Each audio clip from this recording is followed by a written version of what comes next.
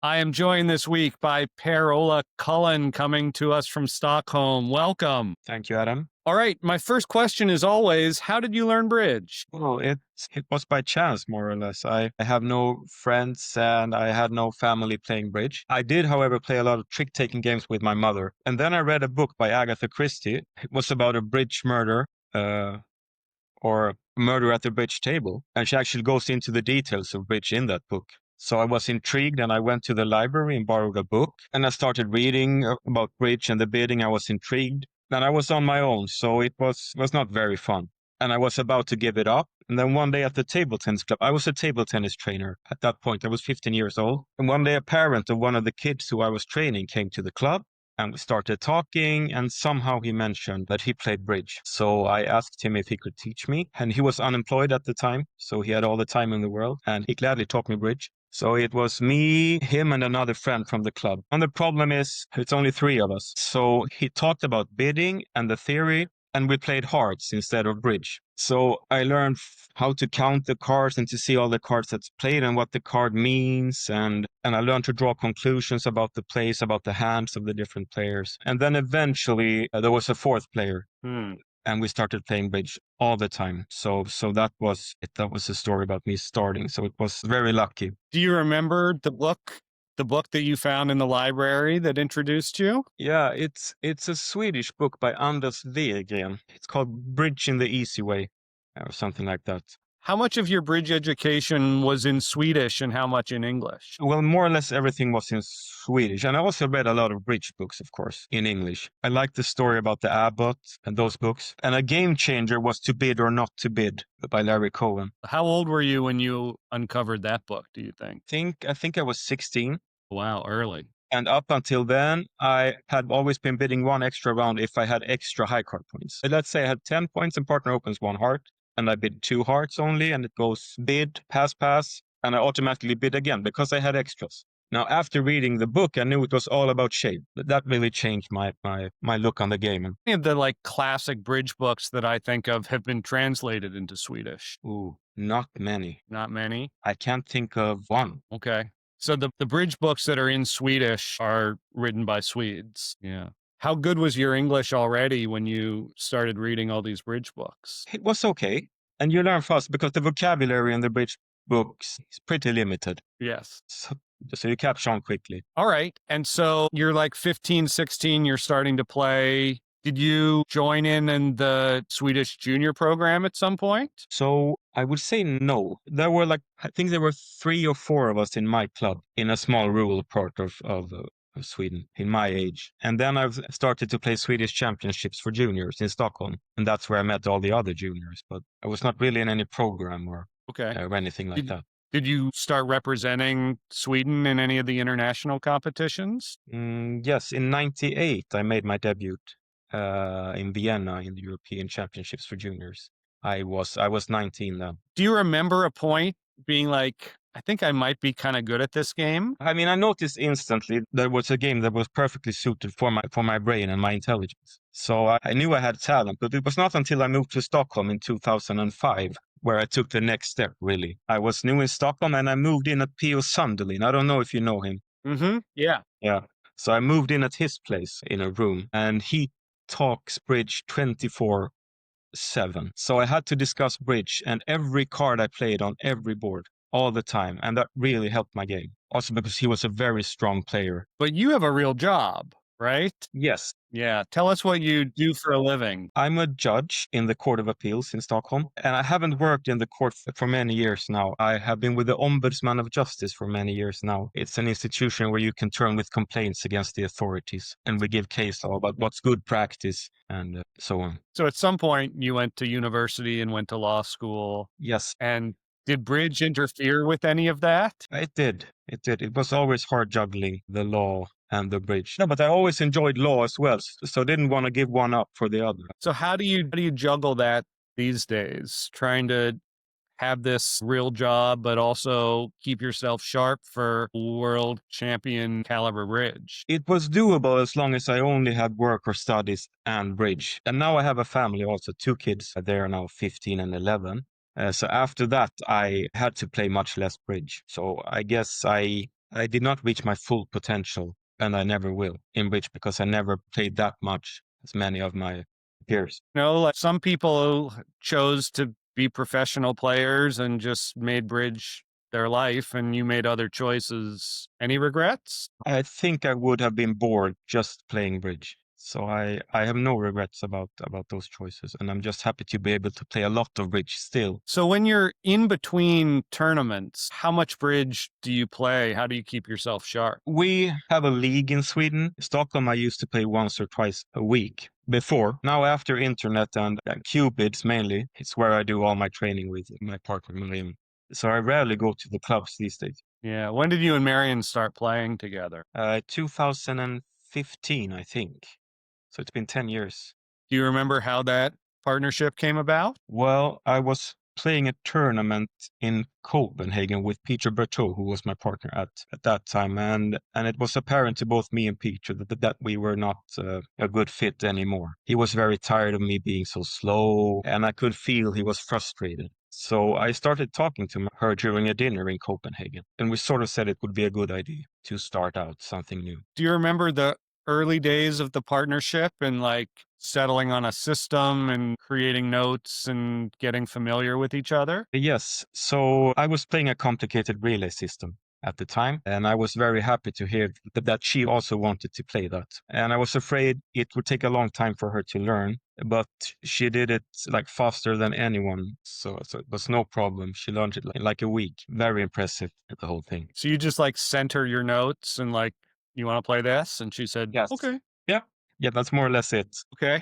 How much have those notes changed over 10 years? The basic structure of the relays are the same, more or less. The competitive auction and the defensive auction is a lot different today than it was back then. So we constantly change the notes there. And you two practice on qubits a lot? Yes. Is it mostly the relays and just keeping that stuff fresh? Or do you know that stuff so well you're working on other competitive things? We're working mainly on other stuff because the relay is pretty there now. Did you have conversations early on about style and like what you preempt on and what you overcall on and things like that? No, I can't remember we did. It was more like we bid and we played and we noticed the style of the other players. So we never had like an express discussion about style, as far as I recall. Does Marion play a lot more bridge than you? She plays more, Yeah. but I wouldn't say a lot more because she also has a son now. Yes. Between tournaments, it sounds like you two are mostly just working online. Yeah, we're mostly working online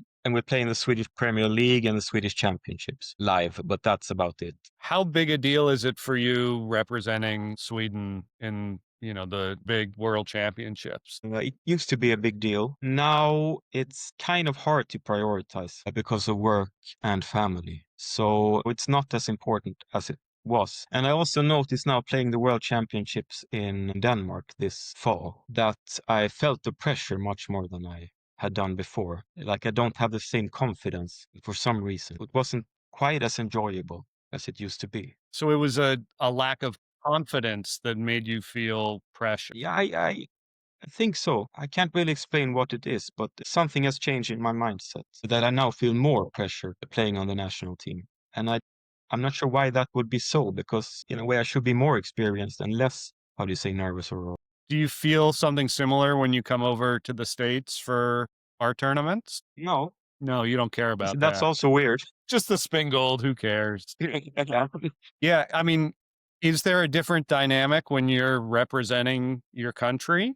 Like, do you think that contributes? I mean, you never want to let your teammates down, so I don't see, why there would be a difference. And it's all important, but somehow I feel more pressure representing my country. Yeah, I mean, that makes sense to me. So Okay. when Yeah. when you've got a big tournament coming up, what do you do in the weeks and months before to prepare? In the weeks before, I try to work out a little bit extra. I go running a lot these days. I try to not drink any alcohol at all coming into a tournament. Bridge-wise, I'd say there's not much difference because we play so much on qubits and we keep doing that ahead of the tournament. How many hands a day would you say you bid on qubits? It's hard. Let's see. A day, can it be? Like So let's say it's 50 or 60. I mean, on average. Yeah. I bid 33,000 hands with her so far on Qubit. 30. So yeah, a lot. I Yeah. don't know what that average is into, but it's scary. And the amazing thing is there will still be things that come up at the table that you've never Yes, discussed. yes, every day, Isn't which just goes to isn't show bridge how hard fascinating? the game is. Yeah.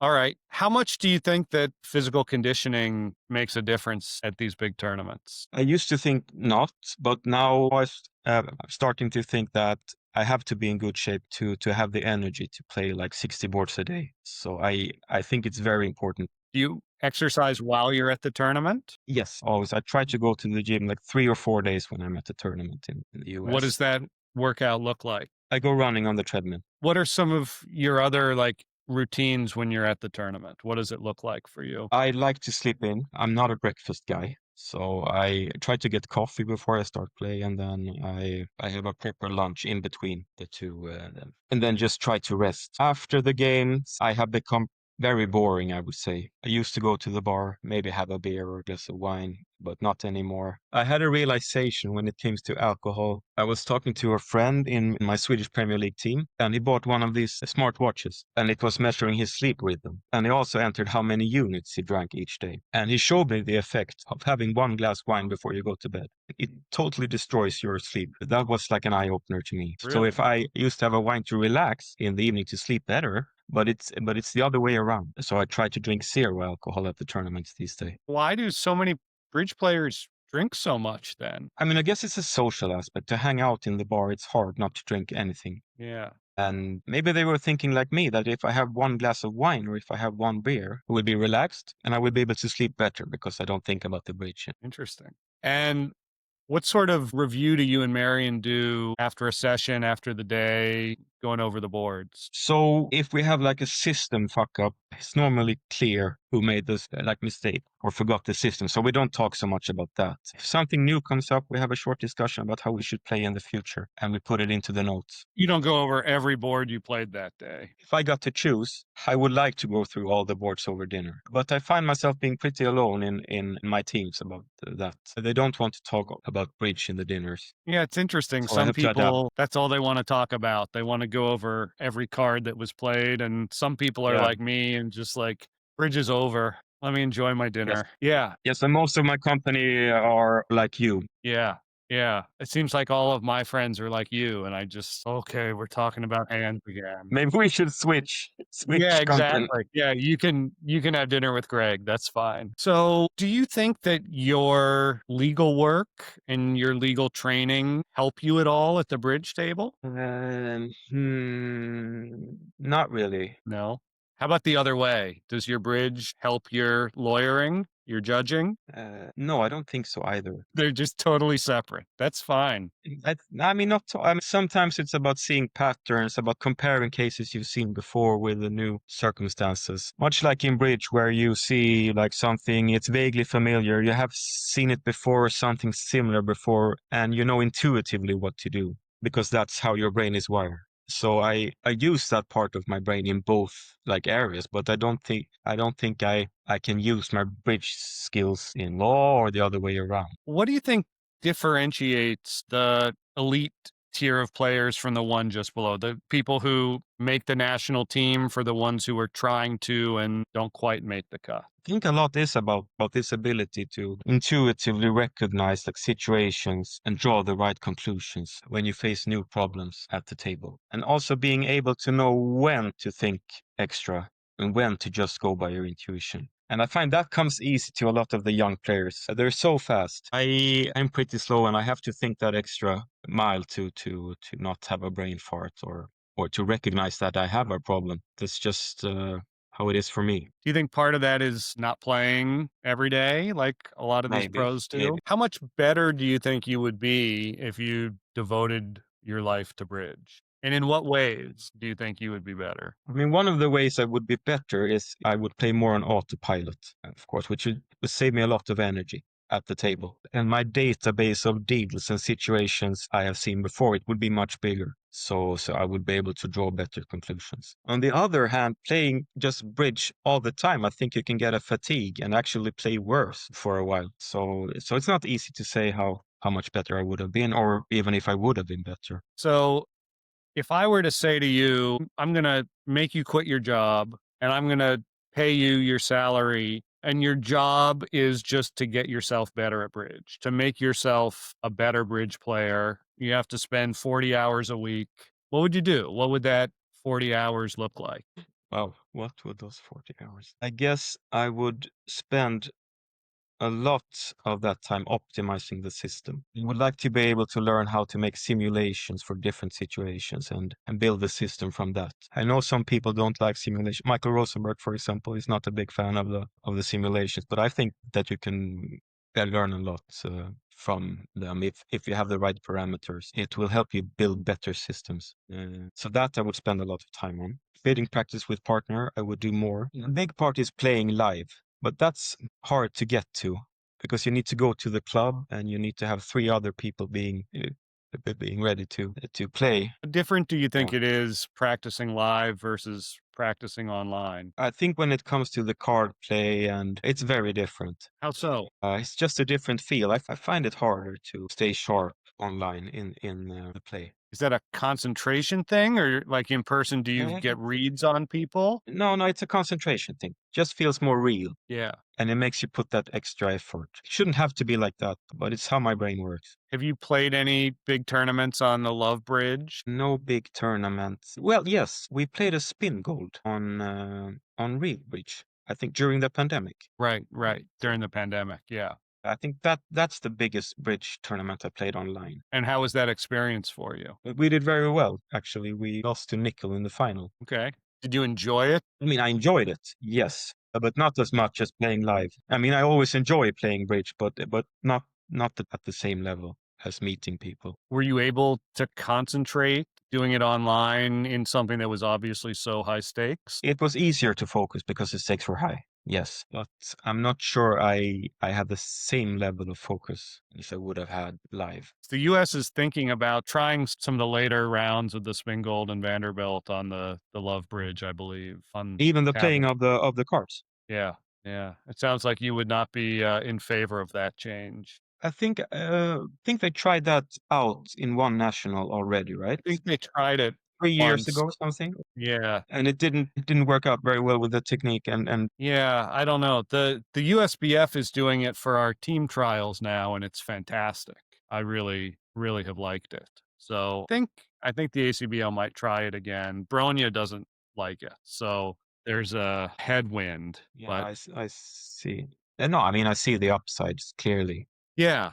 Yeah. I For mean us to be a they're more serious game. yeah. And the two things that I found really changed my mind about it, because I was very much like, bridge is a card game. We should play with cards. But the number one thing was tempo, and that, it records how long you're taking, everything you do. And so it knows, okay, the partnership has taken this much of its fair share of time. And, the 10-minute tanks just don't happen as much because they know someone's actually monitoring it.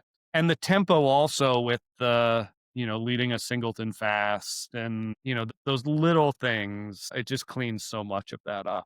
It's a shame that we have to do that and can't play with cards for those things. I think it would be a good idea if we could be timed. Yes. Because as I said, I'm a slow player and I don't really think it's fair. But I mean, if I had someone clocking me, I would have to improve. Yeah, it is a timed event, and being able to solve the problems in the time allotted, that's part of the competition. Yeah, I fully agree. Even being a slow Even being a slow player. player. I appreciate that. Yeah.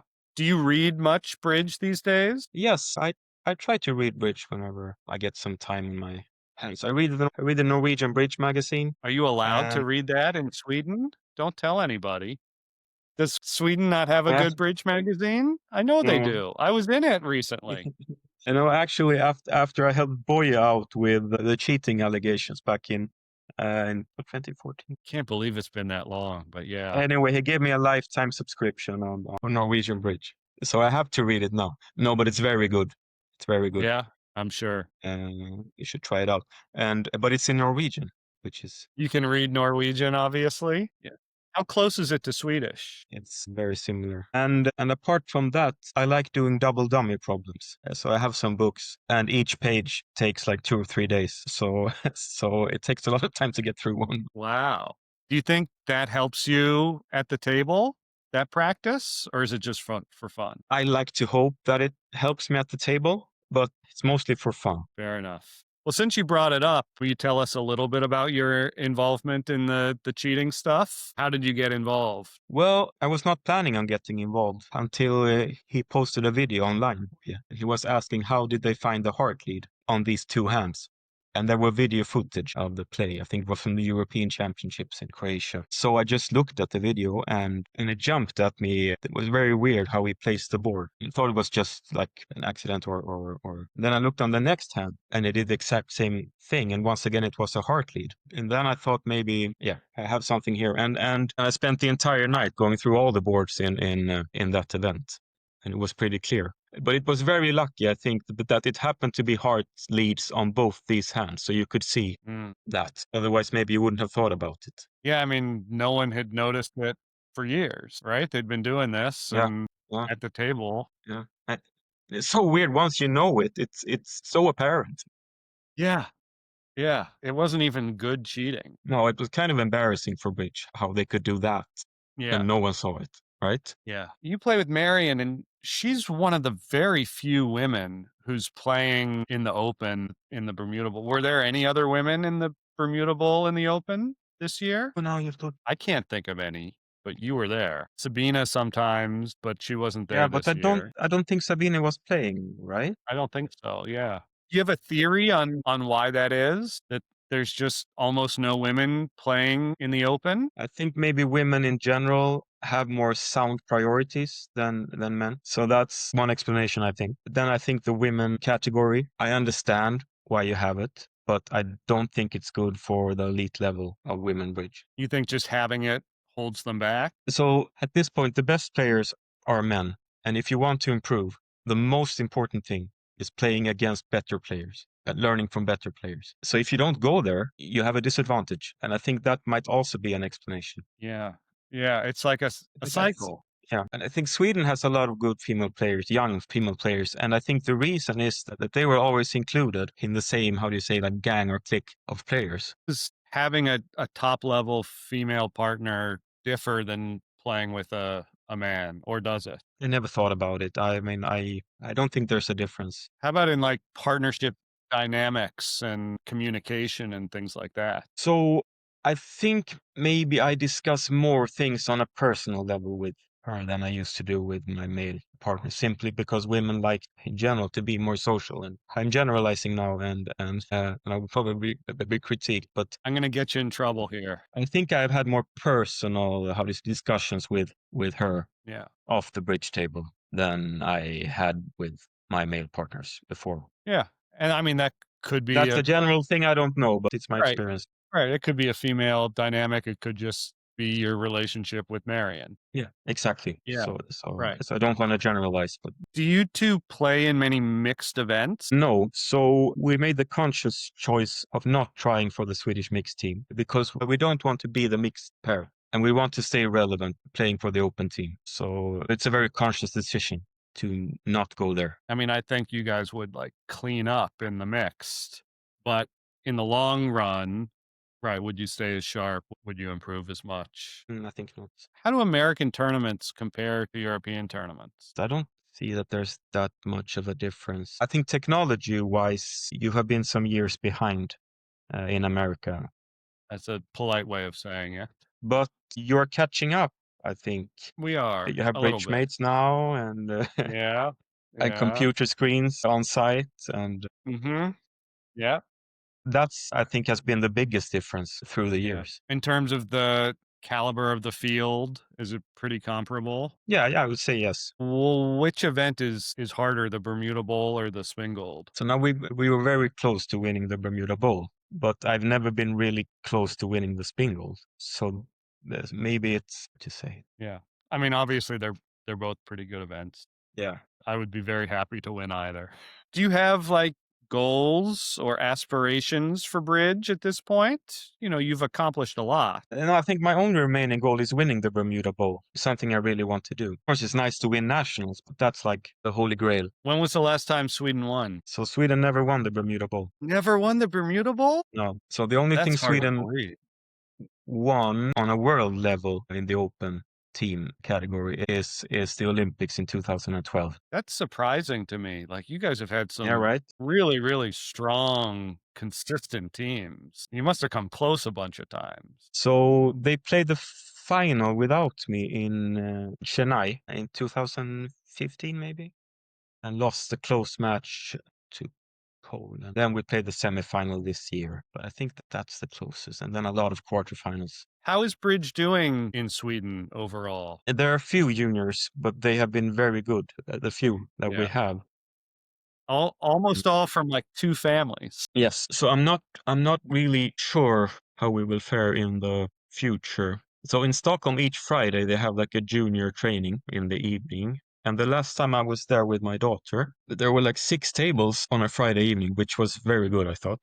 Yeah, It was hopeful. And half of them were females, which is also good. that's great. So is your daughter learning? Well, I hope so. So she has been there like 2 or 3 times, but Can't push too hard, right? no, I don't As want to push her at parents. all, actually. Yeah, It was her idea to go there. And great. yeah, that gives me hopes because it's her own idea and she also has a friend who is a little bit interested. So they went there Perfect. together. And That's perfect. Does your wife play? nope, not at all. No. Was that a conscious choice? Like, I need someone who's not in this crazy world. No, it was not a conscious choice, but I'm very happy that it's like that. What does she think of all of this? And oh God, he's going off to Denmark and Yeah, it's. America. I mean, when the kids were younger, it was very tough for her to stay at home on her own with the kids.